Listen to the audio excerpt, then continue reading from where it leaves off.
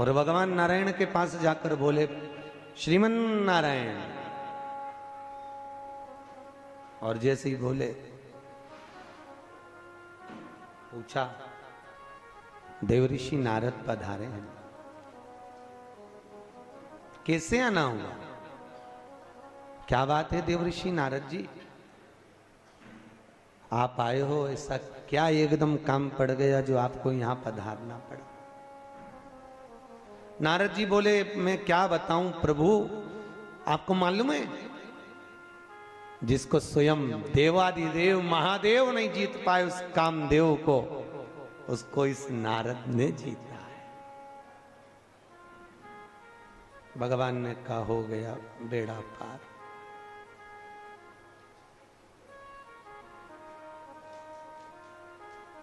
नारायण की आंख में आंसू भर गए। भगवान विष्णु ने सोचा कि आज गजब कर गए देवऋषि नारद, जो आप बोल रहे हो कि आपने काम को जीत लिया। गजब कर। ठीक है, ठीक है, पर एक बात सुनो। भगवान नारायण ने कहा, देवऋषि नारद आप तो धन्य हो, आप तो पुण्य भागी हो, आप पर तो प्रभु की कृपा है जो आपने काम को जीता है। पर एक निवेदन स्वीकार करिए, ये बात किसी को न कहिए, जाइए, चलिए। देवऋषि नारद रिटर्न, देवऋषि नारद उसी समय पर चल दिए। देवऋषि नारद उसी समय चले। और देवऋषि नारद जब चले तो भगवान विष्णु ने सोच लिया कि इसको अहंकार आ गया और इसका अहंकार तोड़ना जरूरी है। और एक बात याद रखिए, जिस चीज का मनुष्य को सबसे ज्यादा अभिमान होगा, सबसे पहले वही आपके पास से जाएगा। वही। काया का अभिमान करोगे तो काया चली जाएगी, माया का अभिमान करोगे तो, अरे बोलो तो, माया चली जाएगी। क्यों अभिमान करते?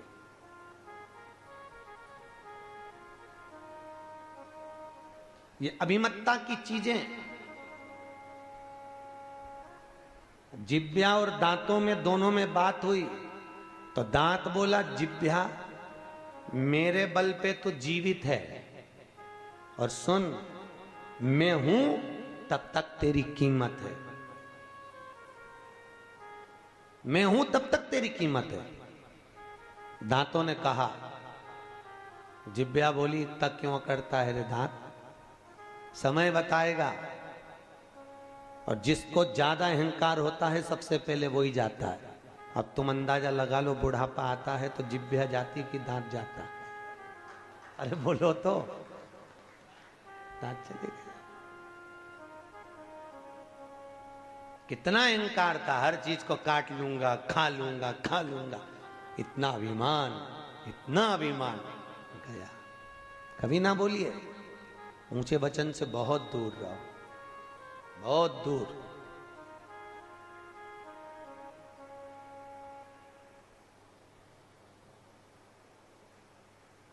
हम बहुओं से कई बार कहते हैं, बेटाओं, भाभियों, जितनी बहुएं हैं उनसे निवेदन है, कभी ये ना सोचें कि काया का अभिमान कर कर ये विचार ना करा जाए कि हम घर में 24 घंटे लगे रहे।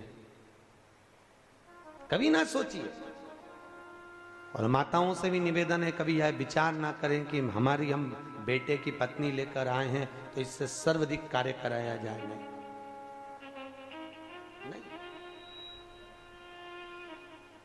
फिर बहुएं भी फिर उल्टी चलने लगे। एक सास ने बहू से कहा, बेटा एक एक भिंडी को धोकर पोंछकर फिर काटना। ठीक है मम्मी। बर्तन मंज गए हो तो एक एक कटोरी को, प्लेट को अच्छा धोकर साफ कर कर रखना। ठीक है मम्मी। कचौड़ी बना रही है तो एक एक कचौड़ी को अच्छे से पलटते रहना, जले नहीं और बेकार नहीं हो, तेल ना पिए। ठीक है मम्मी। 8-15 दिन तक बहू ने सुना। दूसरे दिन बहू बाथरूम में गई, 4 घंटा में निकली, सास ने पूछा बेटा कब निकलेगी? बस निकलती हूं मम्मी। 5 घंटा हो गया बहू नहीं निकली। कब निकलेगी? मम्मी बस निकलती हूं। तो इतनी देर क्यों लग रही है? मम्मी आपके कहे अनुसार चल रही हूं, एक एक बाल को शैम्पू से धो रही हूं।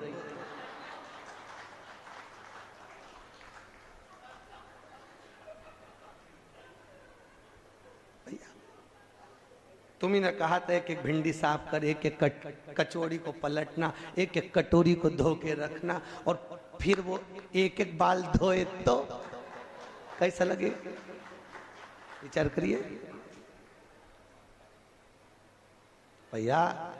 शास्त्र कहता है समय की अवधि में मिनक निकालना बंद कर दो। जैसा जैसा अवस्था बढ़ती जाए, बुढ़ापे का परम आभूषण, बुढ़ापे में क्या आपके पास हो कि आपकी बहू भी आपको पूछे, बुढ़ापे में क्या आपके पास में हो कि आपका बेटा भी आपको पूछे, बुढ़ापे में क्या आपके पास में हो कि आपका पड़ोसी भी आपको पूछे, बुढ़ापे में क्या आपके पास हो कि आपके रिश्तेदार भी आपको पूछें। बुढ़ापे का परम आभूषण क्या होता है?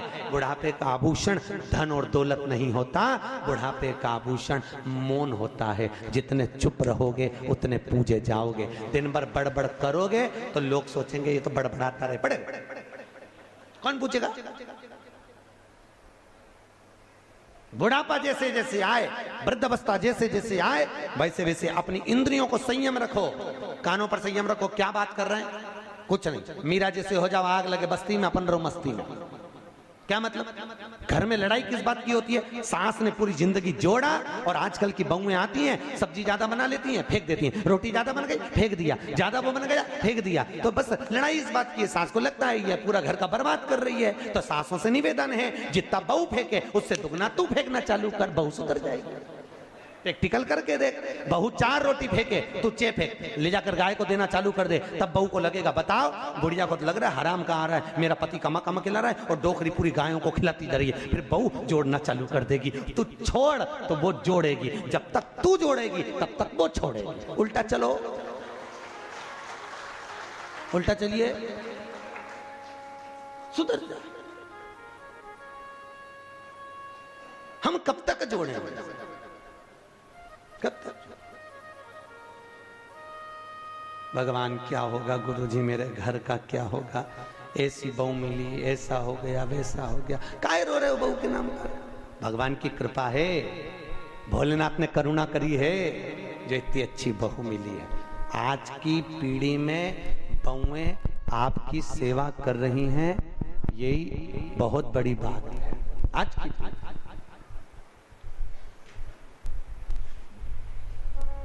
आज की पीढ़ी में बहुएं आपकी इतनी सेवा कर रही हैं, यही बहुत बड़ी बात है। सबसे बड़ी दिक्कत तो अब आने वाली पीढ़ी की है कि तेरा क्या होगा रे कालिया। दिक्कत तो वहां अड़ी पड़ी। तुम्हारी बहुओं ने तो तुम्हारी सेवा कर दी, पर आने वाली बहुएं कितनी सेवा करती है तो भगवान जानता है साहब। बहुत बहुत करती, बहुत करती। और इसलिए दोनों हाथ उठाकर हर हर अच्छी जम के बोलो तो देगा वो, अच्छी बहू देगा। बोलो हर हर देव। भगवत कृपा में देव ऋषि नारद जब गए, नारायण ने कृपा कर दी और भगवान विष्णु ने बीच में एक पुरी का निर्माण कर दिया, एक नया महल बना दिया, जहां के महल के राजा की कन्या का स्वयंवर था। और उसी में नारद जी ने सोचा सबका ब्याह हो गया, मैं ही रह गया, बस मेरी और शादी हो जाए तो क्या करूं। कन्या को देखकर सोचा इतनी सुंदर कन्या है, भगवान से जाकर विनती करी, प्रभु मेरा सुंदर रूप बना दो जिसमें मेरा हित हो। भगवान मन में सोचे तेरे हित का ही काम कर रहा हूं, जो तेरा अहंकार है ना वो तोड़ना जरूरी है, वो तोड़ना जरूरी। भैया ध्यान रखिए, शंकर की निंदा नारद जी ने करी, इसलिए उनका मुंह काय का लगा?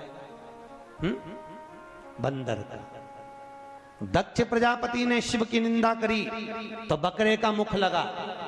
आपसे निवेदन है आप शंकर की निंदा कभी जिंदगी में मत करना, नहीं तो अगली बार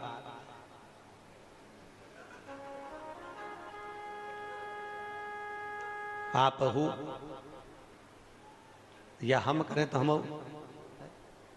जो निंदा करेगा, पहली बात तो निंदा होना ही नहीं चाहिए। हमारे शास्त्र कहते कभी मत करो, निंदा होना ही नहीं बिल्कुल। घर में कोई निंदा करे, कोई बुराई करे, उसने ऐसा कर दिया, उसने वैसा कर दिया, मत कर। तो ये बोलना वहीं बोल देना, हमारे पास में मत बोलो, बिल्कुल मना कर दो ये एकदम। जो निंदा, और निंदा हो ये ठाकुर जी की कृपा है, निंदा हो भगवान की करुणा है जब आपकी निंदा हो रही है। ईमानदारी से बोलो, 70-70, 80-80 साल की बूढ़ी बूढ़ी माँ बिल्कुल चकाचक रहती हैं, और बहुएं जिनकी उम्र केवल 25 साल, 35 साल, 34 साल, 40 साल, कहीं उनकी कमर दुख रही, कहीं घुटना दुख रहा, कहीं पीठ दुख रही, कहीं सिर दुख रही, तो बूढ़ी बूढ़ी माताएं कहती हमारी इतनी उम्र हो गई, हम गोली दवाई नहीं खाएं, और ये देखो तो गोली दवाई रोज की खाएं, इसको क्या हो गया। आज की बहुएं सबसे ज्यादा बीमार पड़ रही, सही है कि गलत है, और सास हम बीमार नहीं पड़ रही, क्यों? उसका कारण है, शिव महापुराण कहती है जिसकी ज्यादा निंदा होती है वो स्वस्थ होते चले जाता है। समझ गए? समझ गए? वो स्वस्थ हो गया। शिव महापुराण की कथा में कहा एक राजा बीमार पड़ गया, उसको काया का रोग हो गया, उसकी काया टपक टपक के गिरने लगी। सारे वेद डॉक्टर को बुला लिया, डॉक्टरों ने हाथ ऊंचे कर दिए। तब वो राजा अपने गुरु जी के पास में गया, गुरुदेव मेरी काया का रोग हो गया, मेरी काया टपक टपक कर गिर रही है, गुरु जी बचा लीजिए। गुरु जी ने कहा ये बताओ तुम 2 भाई थे? हाँ। एक भाई कहाँ है तेरा बड़ा वाला? तो क्या वो मर गया।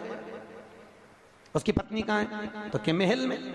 एक काम कर, तेरे बड़े भाई की पत्नी जिस कमरे में सोती है उस कमरे के बाहर तू चटाई डाल के चुपचाप से रात में जाके सो जाया कर। महाराज उससे क्या होगा? तू ठीक हो जाएगा बस। महाराज बड़े बड़े डॉक्टर दवाई से नहीं कर पाए, तुम कह रहे हो कि भाभी के कमरे में जाके, भाभी के कमरे में नहीं, कमरे के बाहर। हाँ जा सो, किसी को मालूम नहीं पड़ना चाहिए, नहीं पड़ेगा, बस 15 दिन में तू ठीक जा। गुरु के वचन पर विश्वास करा, पहुंच गया भाभी के कमरे के बाहर, रोज चटाई डाल के सो जाता। 8 दिन निकले, एक नौकरानी ने देख लिया, नौकरानी ने दूसरी सेविका से कहा, सेविका ने तीसरी सेविका से कहा, लोग ताने देने लगे, खोल ले राजा को तो देखो भाई मर गया तो भाभी के कमरे में सोने जाता है। लोगों ने बुराई करना चालू कर दी, जैसे जैसे बुराई चालू हुई वैसे वैसे राजा का शरीर अच्छा होने लगा, एकदम स्वस्थ हो गया। स्वस्थ हुआ राजा, तुरंत गुरु जी के पास गया, गुरुदेव बड़े बड़े डॉक्टर इलाज नहीं कर पाए, आपने कैसे इलाज कर दिया? गुरु जी बोले राजन तेरे पाप इतने बढ़ गए थे कि तेरे शरीर से टपक टपक कर गिर रहे थे, उस पाप को कम करने के लिए तेरी बुराई चालू करवा दी, इसलिए तेरा शरीर ठीक